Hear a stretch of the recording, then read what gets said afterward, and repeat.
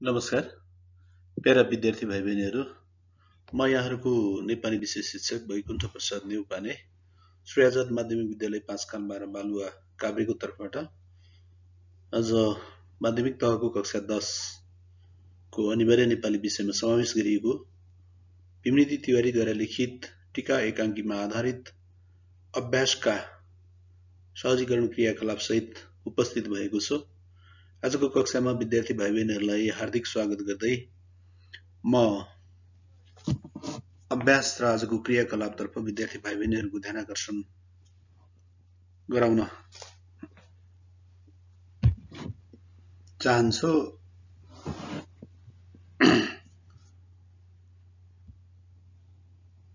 अब हामी कक्षा क्रियाकलापतर्फ अगाडि बढ्न चाहन्छौँ। विद्यार्थी भाइ बहिनीहरू, सुनाइ अभ्यासमा प्रश्न नम्बर 1 मा पाठका 1 देखि 5 अनुच्छेदसम्म सुन्नुहोस् र पात्रहरू कुन कुन विषयमा छलफल गर्दैछन् भन्नुहोस् भनिएको छ। यसको उत्तर निर्माण गर्दा तपाईहरुले निम्न कुराहरूलाई समावेश गर्न सक्नुहुन्छ। पाठका 1 देखि 5 सम्मका अनुच्छेदमा पात्रहरू दशैंको टीकाको दिन अबेलासम्म पनि कमान सिंहको आगमनमा भएको ढिलाइलाई लिएर कुराकानी र छलफल गर्दैछन्। प्रश्न नम्बर 2, पाठको 10औं अनुच्छेद सुन्नुहोस् र आमैको विचार तपाईलाई कस्तो लाग्यो बताउनुहोस् भनिएको छ। 10औं अनुच्छेद चाहिँ यस्तो रहेको छ।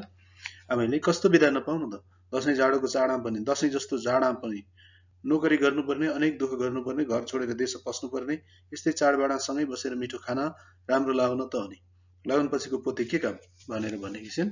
10औं अनुच्छेदमा हामीले चाडबाडमा परिवारसँगै बसेर मिठो मसिनो खाना र सुखपूर्वक मनाउनकै लागि देश पस्नु परेको र त्यही चाडबाडमा छुट्टी नपाउने भए किन देश विदेशिनु भन्ने विचार व्यक्त गरेकी छन्। मलाई बुढी आमैको उपरोक्त विचार मनासिब लाग्यो। मानिस सपरिवार सुख र सन्तोषपूर्ण जीवन बाँच्न चाहन्छ र यसैका लागि दिन उमेर र जवानीमा देश पस्छ। तर महत्त्वपूर्ण चाडमा एकसाथ बसेर सँगै रमाउन नपाउने भए बिरानो देशमा दुःख गर्नुको अर्थ के नै हुन्छ र यस्तै कुराहरू समावेश गरेर यहाँहरूले आफ्नो उत्तर निर्माण गर्नुहोला। 3 नम्बरमा पाठको 46औं अनुच्छेद श्रुति लेखन गर्नुहोस् भनिएको छ। यो विद्यार्थी भाइ बहिनीहरूले घरमा अथवा विद्यालयमा कक्षा कार्यकै रूपमा भए पनि साथीलाई चाहिँ पढ्न लगाएर अभ्यास गर्नुहोला। बोलाइमा प्रश्न नम्बर 4, तलका शब्द समूहलाई वाक्यमा प्रयोग गरी भन्नुहोस् भनिएको छ। खिन्न। हाम्रो विद्यालयबाट राष्ट्रपति रनिङ सिल प्रतियोगितामा सहभागी विद्यार्थीहरूमध्ये छात्र कबड्डीमा प्रथम स्थान हासिल गर्न नसक्दा खिन्न मुद्रामा विद्यार्थीहरू बाहिरिए, मैदानबाट बाहिरिए। मुद्रा खिन्न मुद्रामा बाहिरिँदै गरेका विद्यार्थीहरूलाई सान्त्वना दिँदै प्रधानाध्यापकले यो पनि सफलता नै भएको र आगामी दिनमा अझ सशक्त रूपमा खेल प्रदर्शनको लागि तयारी गर्नुपर्ने कुरा बताउनु भयो।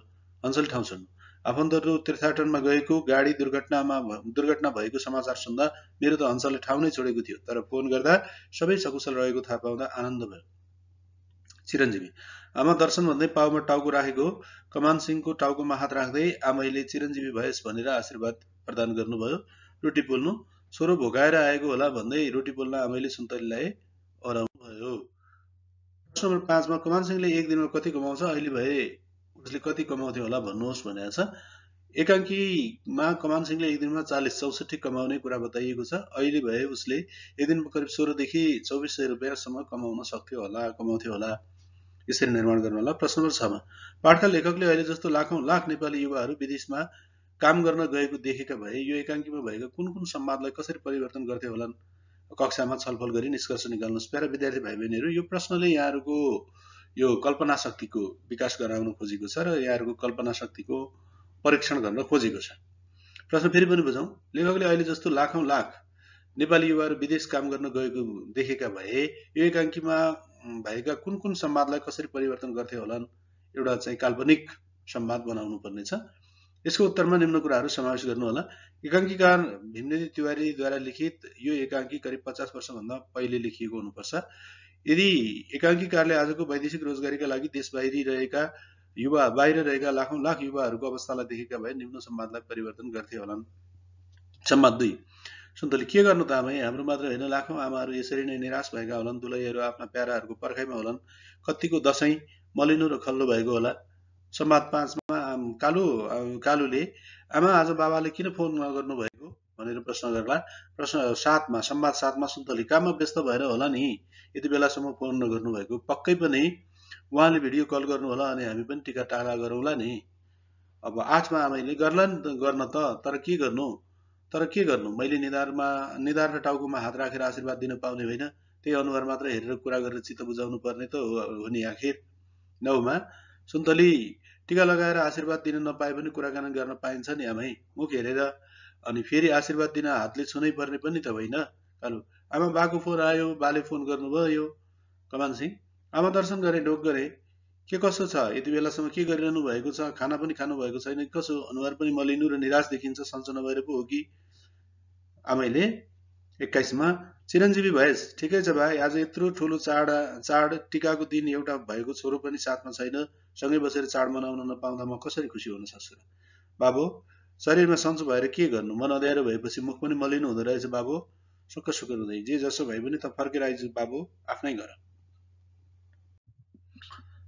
22 को भन्छ, ल के गर्नुभएको आमा, तपाईँले बलियो मन गरेर आशीर्वाद दिनुभयो भने म संसार जित्न सक्छु, यदि तपाईँले कमलो मन गरेर आँसु झार्नुभयो भने मैले जति परिश्रम गरे पनि आँटे जस्तो सोचे जस्तो प्रगति गर्न सकिन्न। फेरि भूकम्पले भत्काएको घर पनि त ठड्याउनु छ, कालुलाई राम्रो स्कुल पढाएर लायक छोरो बनाउनु पनि त छ। आमै 37 मा गएर, जेसुकै होस् बाबु, मलाई त भए पुग्छ, डाँडामाथिको जुन भएकी मलाई घर धन दौलत भन्दा मेरो बुढुसकालको सहारा मेरो छोरो काखमा भए पुग्छ। त जसरी पनि आइज बाबु, सुन्तली पनि अत्यन्तै प्रिय गर्छु, उमेरमा कति छुट्टिएर बस्छु, फेरि धन सम्पत्तिले परिवार जोडिने पनि त होइन, यही देशमा यत्रा मान्छे अटाएका छन्, त पनि त कसो नअटाउलास्।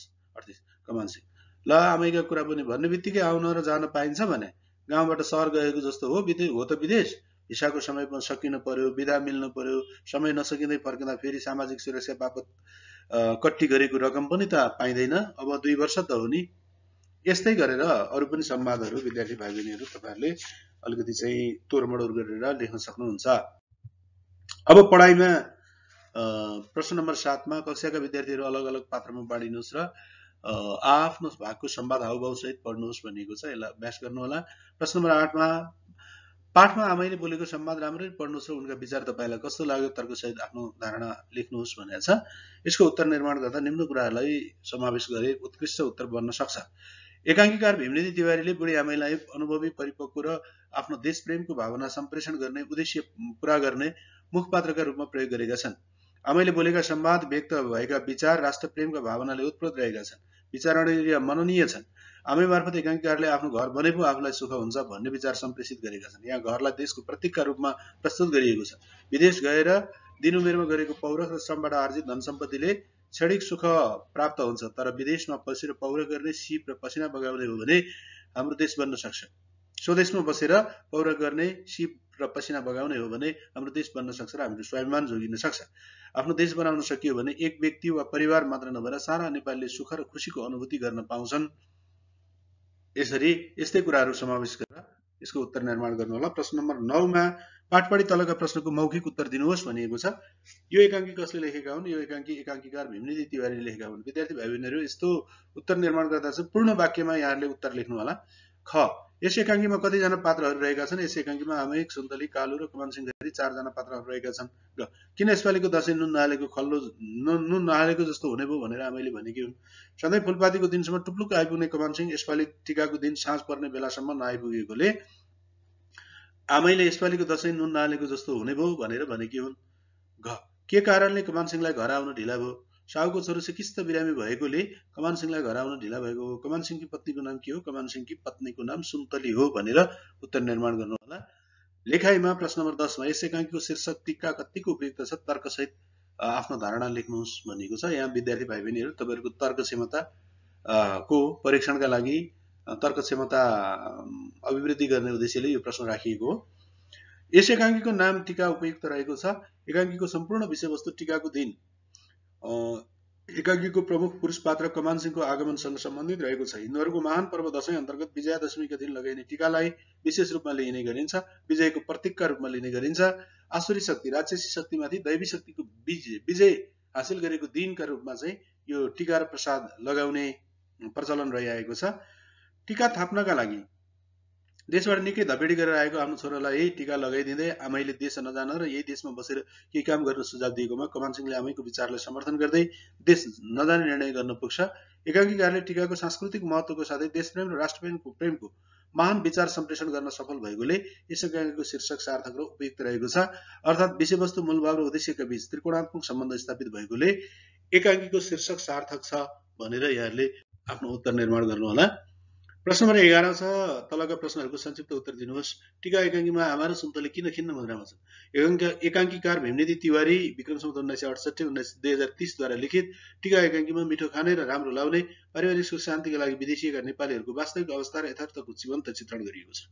वर्ष दिनको यत्रो चाड दशैंको टीकामा समेत कमान सिंह घर नआएको तथा सँगै बसेर चाड मनाउन नपाएकोमा खिन्न मुद्रामा छन्। आमा र सुन्तली खिन्न मुद्रामा छन् भनेर चाहिँ उत्तर निर्माण गर्नुहोला। टीका एकाङ्कीले टीकाको सांस्कृतिक महत्त्वलाई कसरी प्रस्तुत गरेको छ भन्ने खमा प्रश्न छ। नेपाली साहित्यका चर्चित एकाङ्कीकार भीमनिधि तिवारी 1968 2030 द्वारा लिखित टीका एकाङ्कीमा टीकाको सांस्कृतिक महत्त्वको प्रस्तुत गरिएको छ। आम नेपाली हिन्दुहरू दशैंलाई सबैभन्दा बढी ठूलो पर्वका रूपमा धुमधामसँग मनाउने गर्दछन्। बडा दशैंको 10औं दिन मनाइने टीका लागि विजयको प्रतीकका रूपमा ग्रहण गर्ने गरिन्छ। रोजगारीका लागि जतिसुकै टाढा र जहाँसुकै पुगेको भए तापनि घर फर्केर आउने र मान्यजनको हातबाट टीका प्रसाद र आशीर्वाद ग्रहण गर्ने परम्परा रहिआएकोमा कमान सिंह पनि साँझ टुप्लुक्क आएको छ। साथै दशैंको टीकाको दिन खुट्टाले जमिन छोड्नुपर्छ भन्ने मान्यतालाई समेत प्रस्तुत गरिएको छ। यसरी टीकाको सांस्कृतिक महत्त्वलाई प्रस्तुत गरिएको छ भनेर लेख्नु होला। पैसाका निम्ति विदेश गएका कमान सिंहलाई आमाले के भनेर सम्झाइन्? एकाङ्कीकार भीमनिधि तिवारी विक्रम सम्वत 1968 2030 द्वारा लिखित टीका एकाङ्कीमा टीकाको सांस्कृतिक महत्त्व प्रस्तुत गर्दै आमैको हातबाट टीका थाप्न घर फर्केको कमान सिंह मार्फत वैदेशिक रोजगारमा संलग्न भएका नेपालीहरूलाई स्वदेश फर्कन र आफ्नो पौरखले देशको माटो सजाउन आह्वान गरिएको छ। पैसाका निम्ति विदेश गएका कमान सिंहलाई आमैले आफ्नो घर बनेको देश भन्छ। पैसाका लागि काम गर्ने होइन, सारा नेपाल आफ्नै घर हो। एक पाइला हिँडे पनि आफ्नै माटामा हिँड्नुपर्छ, एक थोपा पसिना चुहाए पनि आफ्नै माटाका डल्लामा चुहाउनुपर्छ भन्दै सम्झाइन् भनेर उत्तर निर्माण गर्नुहोला। कमान सिंहले किन विदेश नजाने निर्णय गरे भन्ने प्रश्नको उत्तर निर्माण गर्दा नेपाली साहित्यका बहुमुखी प्रतिभा तथा एकाङ्कीकार भीमनिधि तिवारी विक्रम सम्वत 1968 विषम 2030 द्वारा लिखित टीका एकाङ्कीमा केही कमाउने र चाडबाडमा घर परिवारसँगै बसेर रमाउने रहर बोकेर विदेश गएका नेपाली युवाहरूलाई स्वदेशमै बसेर केही काम गर्न प्रेरित गरिएको छ। एकाङ्कीका प्रमुख पुरुष पात्र कमान सिंह आमैसँगको संवाद र कुराकानी पश्चात विदेश फर्केर नजाने निर्णय गर्न पुग्छ। आमैको अनुभवी तथा परिपक्व विचारबाट प्रभावित भएको कमान सिंह स्वदेशमै बसेर केही गर्न सकिने, स्वदेशमा बसेर काम गर्नाले हामी स्वावलम्बी र स्वाभिमानी बन्न सक्छौं। स्वदेशमा बसेर काम गरेमा देश बनाउन सकिने र देश बनेमा कोही कसैले पनि कमाउनका लागि देश छोड्नु नपर्ने धारणासहित विदेश नजाने निर्णय गरेको हो भनेर उत्तर लेख्न बनाउनु होला।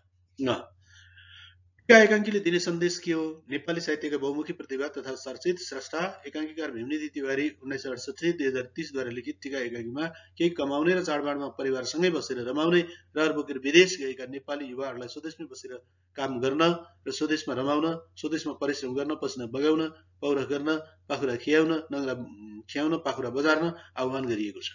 यस एकाङ्कीकारले आमैलाई आफ्नो मुखपात्र बनाई रोजगारीको सिलसिलामा आफ्नो घर परिवार तथा माटो छोडेर देश पसेका आम नेपालीलाई स्वदेशमा नै बसेर पौरख गर्न, पसिना बगाउन तथा आफ्नो माटो सजाउन, सिंगार्न आह्वान गरेका छन्। विदेशमा गएर कमाएको पैसाले एउटा व्यक्तिको आर्थिक तथा पारिवारिक अवस्था सुध्रिएला, तर समग्र देशको आर्थिक अवस्थामा सुधार ल्याउन, देश बनाउन र प्रत्येक नेपालीलाई स्वावलम्बी, स्वाभिमानी र आत्मनिर्भर बनाउन सबै नेपालीले स्वदेशमा बसेर काम गर्नुपर्ने सन्देश एकाङ्की मार्फत दिन खोजिएको छ। वैदेशिक रोजगारीले दीर्घकालीन रूपमा आत्मनिर्भर बन्न सक्दैन। केही समयका लागि यसले आत्मनिर्भर बनाएको महसुस भए तापनि यसले परनिर्भरतातर्फ नै धकेल्छ भन्ने सन्देश यस एकाङ्कीले प्रवाह गरेको छ भनेर लेख्नु होला। प्रश्न नम्बर 12 मा सप्रसङ्ग व्याख्या छ। यो सारा नेपाल आफ्नै घर त हुने भन्ने छ। पहिलो यसको उत्तर लेख्दा सुरुवात गर्दा यो सारा नेपाल आफ्नै घर त हुने यो वाक्यबाटै सुरु गर्नु होला। प्रस्तुत कथांश यो चाहिँ एकाङ्कीको अंश भन्नुपर्छ। प्रस्तुत एकाङ्कीको अंश नेपाली साहित्य प्रस्तुत अंश वाक्यांश नेपाली साहित्यका बहुमुखी प्रतिभा भीमनिधि तिवारीद्वारा विषम 1968 2030 द्वारा लिखित टीका एकाङ्कीबाट साभार गरिएको। यस एकाङ्कीमा टीकाको सांस्कृतिक महत्त्व प्रस्तुत गर्दै केही कमाउने र चाडबाडमा घर परिवारसँगै बसेर रमाउने रहर बोकेर विदेश गएका नेपाली युवाहरूलाई स्वदेशमै बसेर केही गर्न प्रेरित गरिएको छ। आफ्नो छोरा कमान सिंहलाई विदेश नजान प्रेरित गर्न सम्झाउने क्रममा यो सारा नेपाल हामी सबैको साझा घर भएकोले यहाँ सबैले रमाउन, कमाउन र पौरख गर्ने अवसर प्राप्त गर्न सक्ने धारणा व्यक्त गर्ने सन्दर्भमा प्रस्तुत वाक्यांश आएको छ। व्याख्याका लागि दिएको प्रस्तुत वाक्यांशमा नेपाल सम्पूर्ण नेपालीको साझा घर, यो साझा घर बनाउन सबै नेपालीले आफ्नो स्थानबाट लागि पर्नुपर्ने विचार व्यक्त गरिएको छ। नेपाल कुनै व्यक्ति विशेषको नभएर यो लगभग 3 करोड नेपालीको साझा घर भएकोले यहाँ सम्पूर्ण नेपालीले समान अवसर प्राप्त गर्न सक्ने एक थोकी सुकी 100 थोकी नदी भने चाहिँ यसको निर्माण र परिवर्तनमा सम्पूर्ण नेपाली सक्रियतापूर्वक लाग्नुपर्छ भन्ने विचार व्यक्त गरिएको छ। नेपाल भने नेपाली बन्न सक्ने, हामी आत्मनिर्भर हुन सक्ने, नेपाली स्वाभिमान बचाउन सकिने भएकाले नेपालीले आफ्नो विवेक चेतना सिप र पौरखले भ्याएसम्म नेपालको माटो सजाउन सिंगार्न लागि पर्नुपर्ने भाव प्रस्तुत गरिएको छ। अतः एउटा व्यक्ति विशेषको पारिवारिक आर्थिक सुधार हुँदैमा देश नबन्ने भएको हुनाले देश बनाउन सबैको समान भूमिका र सक्रियता आवश्यकता पर्ने भएकाले सबैले यही माटोमा श्रम गर्नुपर्ने, पसिना बगाउनु पर्ने, पौरख गर्नुपर्ने र यसलाई समृद्ध बनाउन सहयोग गर्नुपर्ने विचार उपरोक्त वाक्यांश मार्फत व्यक्त भएको छ। एक पाइलो हिँडे पनि आफ्नै भुइँमा हिँड्नुपर्छ, एक थोपा पसिना चुहाए भने आफ्नै माटोमा डल्लामा चुहाउनु पर्छ खमा रहेको छ। यसको व्याख्या गर्दा निम्नानुसार गर्नुपर्छ। उपरोक्त वाक्यांश नेपाली साहित्यका बहुमुखी प्रतिभा तथा एकाङ्कीकार भीमनिधि तिवारी 1968-2030 द्वारा लिखित टीका एकाङ्कीबाट निकालिएको हो, साभार गरिएको हो। यस एकाङ्कीमा सांस्कृतिक पर्व टीकाको अवसर पारेर घर फर्किएका कमानसिंह मार्फत केही कमाउने र चाडबाडमा परिवारसँगै बसेर रमाउने रहर बोकेर विदेश गएका नेपाली युवाहरूलाई स्वदेशमै बसेर केही गर्न प्रेरित गरिएको छ। आफ्नो छोरा कमानसिंहलाई विदेश नजान प्रेरित गर्ने सम्झाउने क्रममा आमाले प्रस्तुत वाक्यांश व्यक्त गरेकी छिन्। व्याख्याका लागि दिएको प्रस्तुत हरफमा वाक्यांशमा सोझो अर्थमा सबै नेपालीले नेपालमै पौरख गर्नुपर्छ, यही माटोमा नङ्ग्रा खियाउनुपर्छ, पाखुरा बजार्नुपर्छ भन्ने भाव व्यक्त भएको छ भने प्रतिकात्मकमा हामीले आफ्नै माटोमा गर्ने पौरख र श्रमले आत्मनिर्भर बन्न सक्ने, स्वावलम्बी बन्न सक्ने र स्वाभिमान उँचो रहने विचार व्यक्त गरिएको छ। आमैलाई मुखपात्र बनाउँदै एकाङ्कीकार तिवारीले सम्पूर्ण नेपालीलाई जसरी आज कमजोर आर्थिक अवस्था भएका मानिस रोजगारीको सिलसिलामा विदेश भासिएका छन् र भनेको समयमा छुट्टी नपाएर चाडपर्व समेत खुसीसाथ मान्न नपाएर कुण्ठित भएका छन् तिनीहरूलाई स्वदेश फर्कन र यही माटोमा पौरख गर्न, श्रम गर्न, देश बनाउने कार्यमा लाग्न प्रेरित गरेका छन्। अतः यही माटोमा गरिने पौरखले देश बन्न सक्ने र देश बन्नेमा भावी पुस्ताले घर परिवार र समाज छोडेर विदेशी नपर्ने अवस्था नआउने विचार व्यक्त गरिएको छ भनेर व्याख्या गर्नु होला। गमा 10 लोटा पानी हटाएको घाग्रामा एक मुठी बढी कसो नहटाउला त भनेको छ। यसको व्याख्या गर्दा उपरोक्त वाक्यांश एकाङ्कीकार भीमनिधि तिवारी 1968-2030 द्वारा लिखित टीका एकाङ्कीबाट निकालिएको हो। पारिवारिक तथा सामाजिक विषयवस्तुमा आधारित सांस्कृतिक चाड दशैं र टीकाको सन्दर्भ समावेश गरी लेखिएको यस एकाङ्कीको प्रमुख पुरुष पात्र कमानसिंहले आमैको कुराबाट प्रेरित भई अब स्वदेशमै बसेर केही काम गर्ने र विदेश नजाने प्रतिबद्धता व्यक्त गर्ने सन्दर्भमा प्रस्तुत वाक्य प्रयोग भएको छ। व्याख्याका लागि दिएको उपरोक्त कथांशमा नेपाल सबैको साझा घर हो, यहाँ सबैले समान अवसर प्राप्त गर्न सक्ने विचार व्यक्त भएको छ। दशैंको साँझ अबेर घर फर्किएको कमानसिंह आमैको कुराबाट प्रभावित भई अब विदेश नफर्किने प्रतिबद्धता व्यक्त गरेको छ। नेपाल सम्पूर्ण नेपालीको साझा घर भएकोले यहाँ सबैले समान अवसर प्राप्त गर्न सक्ने, सबैले आफ्नो श्रम, सिप र दक्षता अनुसारको कार्य गर्न पाउने विचार व्यक्त गरेको छ।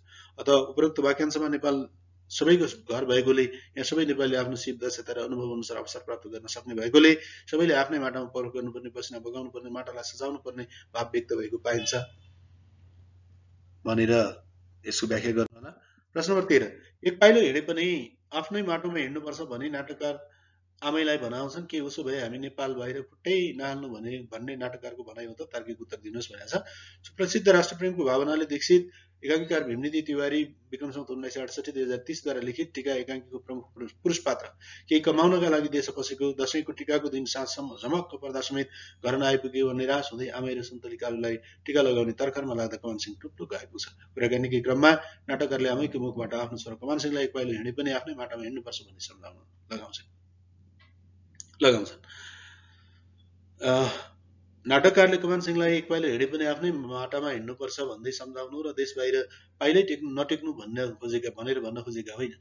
देश गएर हासिल गरेको सिप, अनुभव र दक्षताको प्रयोग गरी स्वदेशमा नै काम गर्न सकेमा देशको उन्नति र प्रगति हुने, भावी पुस्ताले रोजगारीका लागि विदेशीको गुलाम बन्न नपर्ने अवस्था सिर्जना गर्न, स्वावलम्बी र स्वाभिमानी बन्नका लागि देश फर्केर यही देशमै पौरख गर्न, नङ्ग्रा खियाउन, पाखुरा बजारेर श्रममा फुल्न प्रेरित गर्न भनाएका हुन्। सबैमा देशप्रेमको भावना हुनुपर्दछ, सबैले देशलाई चाहिँ माया गर्नुपर्दछ, सबैको साझा प्रयासबाट देश बन्न सक्छ भन्ने भावना व्यक्त गर्न भनिएको हो भनेर लेख्नु होला। 14 मा प्रश्न नम्बर 14 मा युवाहरू आफ्नै देशमा बसेर काम गर्नुपर्छ भन्ने विषयमा एउटा संवाद तयार गर्नुहोस्। युवाहरू आफ्नै देशमा शीर्षकै यस्तो छ, युवाहरू आफ्नै देशमा बसेर काम गर्नुपर्छ। कोटेश्वरबाट घर फर्कँदै गरेको हर्कबहादुर र रामबहादुरको बनिपा चाटो बाटोमा आकस्मिक भेट हुन्छ।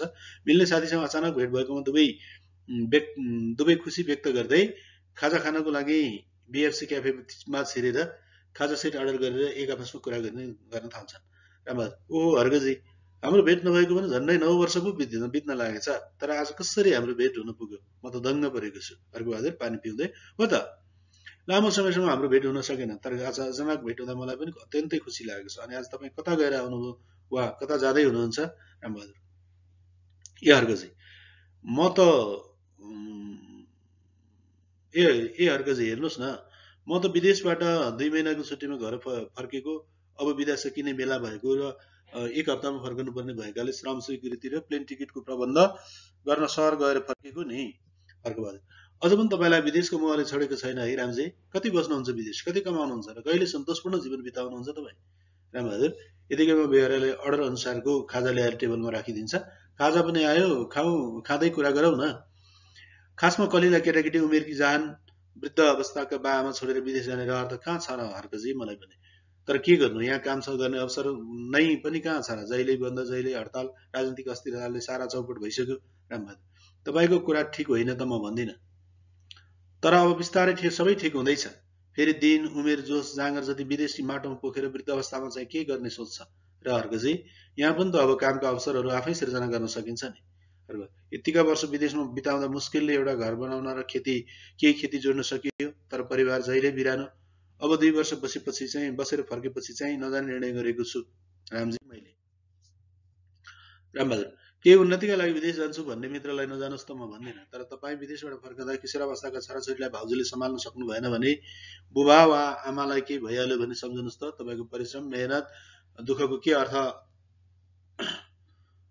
के अर्थ रहन्छ। त्यसैले यहीँ बसेर केही व्यावसायिक कार्य गर्ने तर्फ लाग्नुहोस्। अवसरले तपाईँ जस्ता जिउँदो जाँगर भएका मौरीको खोजी गरिरहेको छ।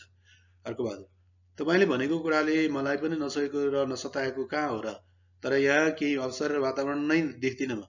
फेरि धेरै ठुलो लगानीको लागि आवश्यक पैसा पनि छैन मसँग। रामबहादुर: लगानीको केही चिन्ता गर्नु पर्दैन हर्कजी, सरकारले विदेशबाट फर्किएर यही केही काम गर्ने चाहना राख्ने युवा उद्यमीहरूलाई सुलभ ब्याज दरमा लगानी गर्ने कार्यक्रम अगाडि बढाएको छ। कृषिमा फलफूल तथा तरकारी खेती, व्यावसायिक पशुपालन, होमस्टे सञ्चालनका लागि प्रोत्साहनका कार्यक्रम ल्याएको छ। हर्कबहादुर: तपाईँको कुराले मेरो आँखा खुल्यो। परिवारसँग सल्लाह गरेर म पनि यही व्यावसायिक बाख्रा पालन तथा कालिज पालनको सुरुवात गर्छु। भाउजूले पनि केही दिनदेखि विदेश नजान यहीँ बसेर व्यावसायिक कार्य गर्न भनिरहेकी छिन्। अब घरतिर पनि लाग्नु पर्ला, पछि भेटेर विस्तृतमा छलफल गरौँला नि। तपाईँको सल्लाह र परामर्शले मेरो विचार बदलियो अहिलेलाई, है त, भन्दै दुवैजना छुट्टिन्छन्। यो र यस्तै गरेर तपाईँहरूले सम्वाद तयार गर्न सक्नुहुन्छ। प्रश्न नम्बर 15 मा टीका एकाङ्की पढेपछि आफ्ना छोराछोरीलाई कामका लागि विदेश पठाउन हुरुक्कै हुने बाबा आमालाई के सल्लाह दिन चाहनुहुन्छ भन्ने प्रश्न छ।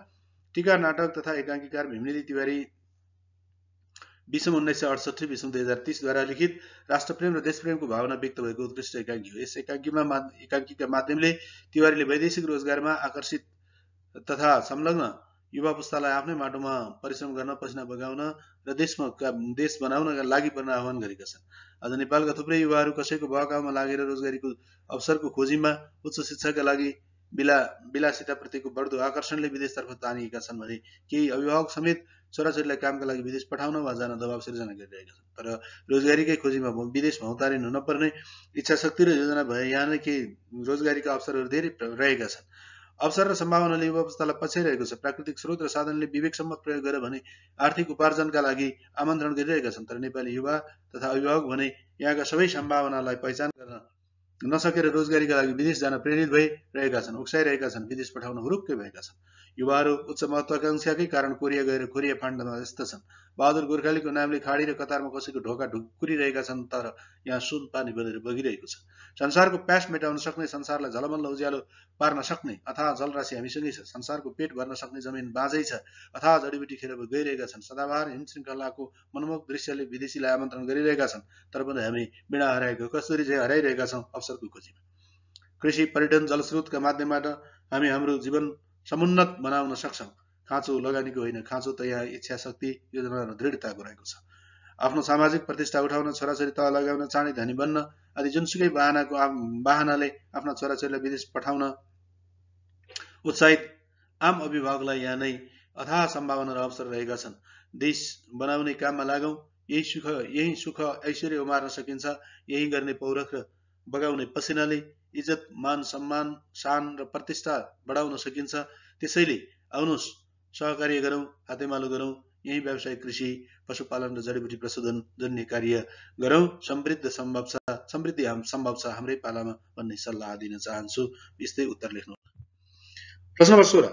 आफ्ना वृद्ध बुवा आमालाई वृद्धाश्रममा लैजाने तयारी गरिरहेका छोरा बुहारी र वृद्धको सेवा गर्नु सबैको कर्तव्य हो भन्दै वृद्धाश्रममा नपठाउन सम्झाउने युवा विद्यार्थीहरूका बीचको संवाद तयार गर्नुहोस्। वृद्धको सेवा गर्नु नै सबैको कर्तव्य हो शीर्षकमा एउटा संवाद तयार गर्नु छ। श्री आजाद माध्यमिक विद्यालय 5 साल 12 बालुवाका कक्षा 10 मा अध्ययनरत विद्यार्थीहरू सीमा, डोल्मा र काजल आदि विद्यार्थीहरू खाजा समयमा गार्डन चेयरमा बसेर खाजा खाँदै पत्रिका पढ्दैछन्। यतिकैमा पत्रिकाको भित्री पृष्ठमा प्रकाशित समाचारप्रति सीमाले ध्यानाकर्षण गराउँदै छलफलको विषय अगाडि सार्छन्। सीमा: हाम्रो समाज कतातिर जाँदैछ? अब त घर घर वृद्ध विहीन नै हुने भयो होइन? के भएर सीमा? तिमी त एकाएक भावुक भयो, कुरा पनि त्यस्तै निकाल्यौ। कहाँ के भएको रहेछ? पत्रिका देखाउँदै। यी हेर न, आफ्नै कोखबाट जन्मेका छोरा बुहारी मिलेर वृद्ध बाबा आमालाई वृद्धाश्रममा लगेर छाड्दाको कारुणिक दृश्य सहितको समाचारले मलाई दुखी बनायो।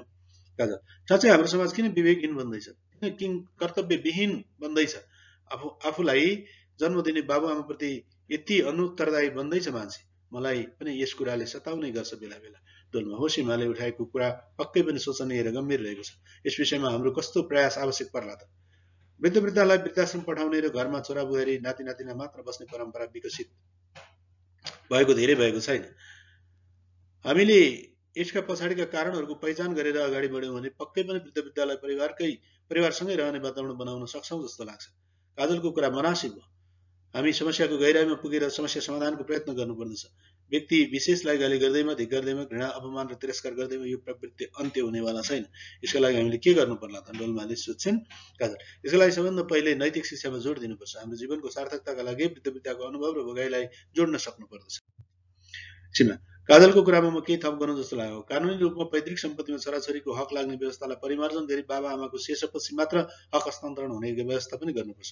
वृद्धलाई वृद्धाश्रममा पुर्याउने छोराछोरी तथा बुहारीहरूलाई राज्यले प्रदान गर्ने सेवा सुविधामा रोक लगाउनुपर्छ। सीमाले उठाएको कुरा कानुनसँग जोडिएको कुरा हो। हामीले वृद्धको सोचाइ र व्यवहारमा पनि समयानुकूल परिवर्तन गराउन चेतना फैलाउनु पनि आवश्यक छ। विज्ञानको विकास विस्तारसँगै हिजोका मूल्य, मान्यता र परम्परामा परिवर्तन आएको छ र परिवर्तन र आधुनिक व्यवहारलाई वृद्धले नस्वीकार्दा पनि यो समस्या बढ्दै गएको। सीमा: नयाँ पुस्तालाई पुर्खाको परिपक्व विचार र अनुभवले ज्ञान र सिपलाई जीवनसँग जोड्न सके जीवन सार्थक बनाउन उपयोगी हुने कुरा पनि बताउन सक्नु पर्दछ। डोल्मा: नयाँ पुस्तालाई नैतिक शिक्षा प्रदान गरी वृद्धप्रति उत्तरदायी बनाउन सकिन्छ होइन त? हो डोल्मा। वृद्ध भनेका समाजका बोझ होइनन्, समस्या होइनन्। यिनीहरू भनेका समाजका गहना र अमूल्य सम्पत्ति हुन् भन्ने भावना जागृत गराउन सक्नुपर्छ। कण्ठीबद्ध। आजको खाजा समय पनि उपयोगी कुरा उठेको छ। कक्षामा पनि यस विषयलाई वक्तृताका रूपमा उठाएर छलफल पनि गरौँला भन्दै सबै कक्षातिर लाग्छन्। यी र यस्तै कुराहरू समावेश गरेर यो संवाद लेख्नु होला विद्यार्थी भाइ बहिनीहरू।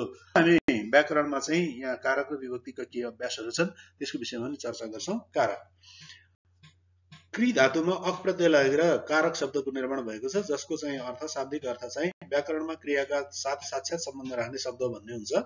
वाक्यमा क्रियापदसँग सम्बन्ध राख्ने नामिक शब्दका रूपहरूलाई कारक भनिन्छ। संरचनाका आधारमा कारक सरल र तिर्यक गरी दुई प्रकारका रहेका छन्। सरल कारक: विभक्ति चिन्ह लोन प्रयोग नभएका कारक सरल कारक हुन्। जस्तै सतपाल पेशलको घर गयो। तिर्यक कारक: विभक्ति चिन्ह प्रयोग भएका कारक तिर्यक कारक हुन्। जस्तै सतपालले पेशललाई घरमा बोलायो। यहाँ सतपालले पेशललाई घरमा विभक्ति चिन्ह प्रयोग भएका छन्। यिनीहरू चाहिँ तिर्यक कारक मानिन्छन्।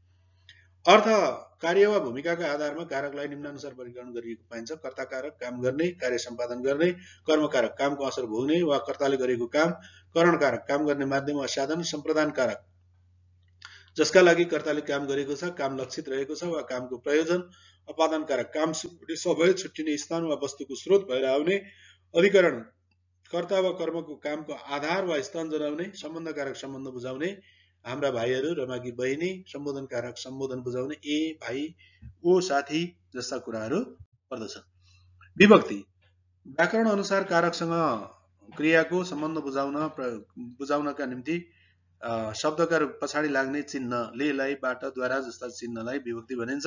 विभक्तिका किसिम प्रथमा लेबाट, द्वितीय लाई गर्न, तृतीय लेबाट द्वारा, चतुर्थी लाई लागि निम्ति, पञ्चमी देखि बाट, षष्ठी को, काकी, रोरा, री, नोना, नि, सप्तमी मा, माथि। कारक र विभक्ति प्रयोगको तालिका छ यहाँ एउटा।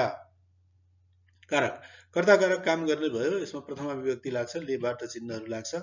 कर्म कारक कामको असर भोग्ने पद हुन्छ, यसमा द्वितीय विभक्तिका लाई र कन विभक्ति चिन्हहरू जोडिन्छन्। करण कारक काम गर्ने माध्यम वा साधन, यसमा तृतीय विभक्तिको लेबाट द्वारा जोडिन्छ। सम्प्रदान कारक जसका लागि काम गरिन्छ अथवा लक्ष्य छ, प्रयोजन छ, चतुर्थी विभक्तिका लाई लागि निम्ति जस्ता चिन्हहरू यसमा लाग्छन्। अपादान कारक छुट्टिने ठाउँ वा बिन्दु समय बुझाउँछ, यसमा पञ्चमी विभक्तिका बाट देखि चिन्हहरू लाग्छन्। स्वामित्व बुझाउने काम गर्छ, जो चाहिँ सम्बन्ध कारकका रूपमा परिभाषित छ, षष्ठी विभक्तिका चिन्ह कोकाकी, रोरारी, नोनानी आदि पर्छन् भने अधिकरण कारक आधार बुझाउने वा दिने पद बुझ्छ, जसमा सप्तमी विभक्तिका चिन्हहरू मा र माथि लाग्ने गर्दछन्। विद्यार्थी भाइ बहिनीहरू, अब व्याकरणमा चाहिँ सोधिएका अभ्यासहरू छन्, के अभ्यासहरू तलको तालिका अध्ययन गर्नुहोस् र सबै प्रकारका कारक र विभक्ति चिन्हहरू प्रयोग गरी वाक्यहरू बनाउनुहोस् भनिएको छ। यहाँ एउटा अनुच्छेदमै वाक्य बनाइएको छ। करिनाले बहिनीलाई रुखबाट पाकेको आँप टिपेर चक्कुले काटेर प्लेटमा राखेर दिइन्। उनकी बहिनीले हाम्रो बोटमा फलेको आँप असाध्यै मिठो रहेछ भन्दै खाइन्। हिजोदेखि पानी पर्न थालेकोले आँपको रुखमा चढ्न भने अलि चिप्लो भएको रहेछ। आँप खाँदा सर्टमा चुहाएको भन्दै करिनाले बहिनीलाई गाली गरिन्। आँप टिप्न भनी रुख चढेको मेरो भाइ चिप्लिएर रुखबाट लडेछ र उनीहरूले बगैँचादेखि बोकेर घरमा ल्याएछन्। यहाँ सबै किसिमका कारक र विभक्तिको चिन्हहरूको प्रयोगको अभ्यास गरिएको छ। रेखाङ्कित शब्दहरूको कारक लेख्नुहोस् भनेको छ। रमिलालाई कर्म कारक, उनीहरू कर्ता कारक, खुकुरीले करण कारक, गाईबस्तु सम्प्रदान कारक, खाना कर्म कारक, छोराछोरीलाई सम्प्रदान कारक, काममा अधिकरण कारक रहेको छ। प्रश्न नम्बर 3 मा विभिन्न कारक र विभक्ति चिन्हको प्रयोग गरी शैक्षिक भ्रमण जाँदाको वर्णन गर्नुहोस् र प्रयोग गरिएका कारक र विभक्तिलाई रेखाङ्कन गर्नुहोस् भन्ने छ। यसमा चाहिँ एउटा अभ्यास गरिरहेको छ, यस्तै अनुच्छेद तपाईहरुले पनि लेख्नु होला। कारक र विभक्तिको प्रयोग गरेर एउटा आफ्नो शैक्षिक भ्रमणको अनुभव लिनुहोस्। हाम्रो विद्यालयबाट 78-11-5 गतेदेखि 5 दिने शैक्षिक भ्रमणका लागि गयौं। पहिलो दिन हामीले सिन्धुलीमा अवस्थित ऐतिहासिक सिन्धुलीगढी हुँदै जनकपुर धाममा रहेको जानकी मन्दिर दर्शन गर्यौं। चालकले पूर्व पश्चिम राजमार्गमा गाडी गुडाउँदै हेटौडासम्म पुर्याए। जनकपुरबाट हेटौडासम्म पुग्न हामीलाई झन्डै 4 घण्टासम्म भन्दा बढी समय लाग्यो। हामी बस्ने होटलको पार्किङमा गाडी रोकिएपछि हामीले गाडीबाट आफ्ना झोला झिकेर होटलको लबीमा बस्यौं। वैकुण्ठ सरले हामीलाई होटलमा बस्दा पालना गर्नुपर्ने सामान्य नियमको जानकारी गराउँदै समूह निर्माण गरी कोठामा पठाउनु भयो। धारामा पानी नआएकोले हामीले फोन गरेर काउन्टरमा जानकारी गरायौं। सबै साथीले आफ्नै प्लेटमा खाना राखी चम्चाले खान थाले। आफै प्लेटमा खाना राखी चम्चाले खाना खाए। कोठाबाट बाहिर निस्केर हल्ला गर्दै हिँडेको दिनेशलाई सरले गाली गर्नुभयो। यति सुविधाजनक होटलको बसाइ हाम्रा लागि पहिलोपटक भएकाले साथीहरू दङ्ग थिए। सरले भोलिदेखिको भ्रमणको तालिका सुनाउनु भयो। होटलबाट हामी सिधै शहीद स्मारकतर्फ लाग्यौं। हाम्रा लागि व्यवस्था गरिएको चना र आलुचप पकौडा खाएर हामी स्मारक अवलोकन गर्न थाल्यौं। साथीहरूले रोटेपिङमा धेरै समय बिताए। यसैगरी यहाँहरूले पनि आफ्नो सही यात्रा अनुभव लेख्नु होला। प्रश्न परियोजना कार्यमा पाठमा आको, बेला जस्ता बोलचालका शब्दहरूलाई जस्ताको तस्तै प्रयोग गरिएको छ। पाठमा त्यस्ता शब्दहरू के कति छन् टिप्पण गर्नुहोस् र तिनको लेख्य रूप पनि लेख्नुहोस्। अब यहाँ चाहिँ बोल्य रूप कथ्य रूपमा प्रयोग भएको छ जस्ताको तस्तै, त्यसको लेख्य रूप पनि लेख्नुहोस् भनेको छ। विद्यार्थी भाइ बहिनीहरूले खोजी गर्नु होला। अत विद्यार्थी भाइ बहिनीहरू, तपाईहरुलाई यो शिक्षण सिकाइ क्रियाकलाप वा सामग्री उपयुक्त लागेमा लाइक, शेयर र सब्स्क्राइब गर्न नभुल्नु होला। जहाँ रहनुहुन्छ स्वस्थ, मस्त र व्यस्त रहनुहोस्। आजको दिन शुभ रहोस्। धन्यवाद। नमस्कार।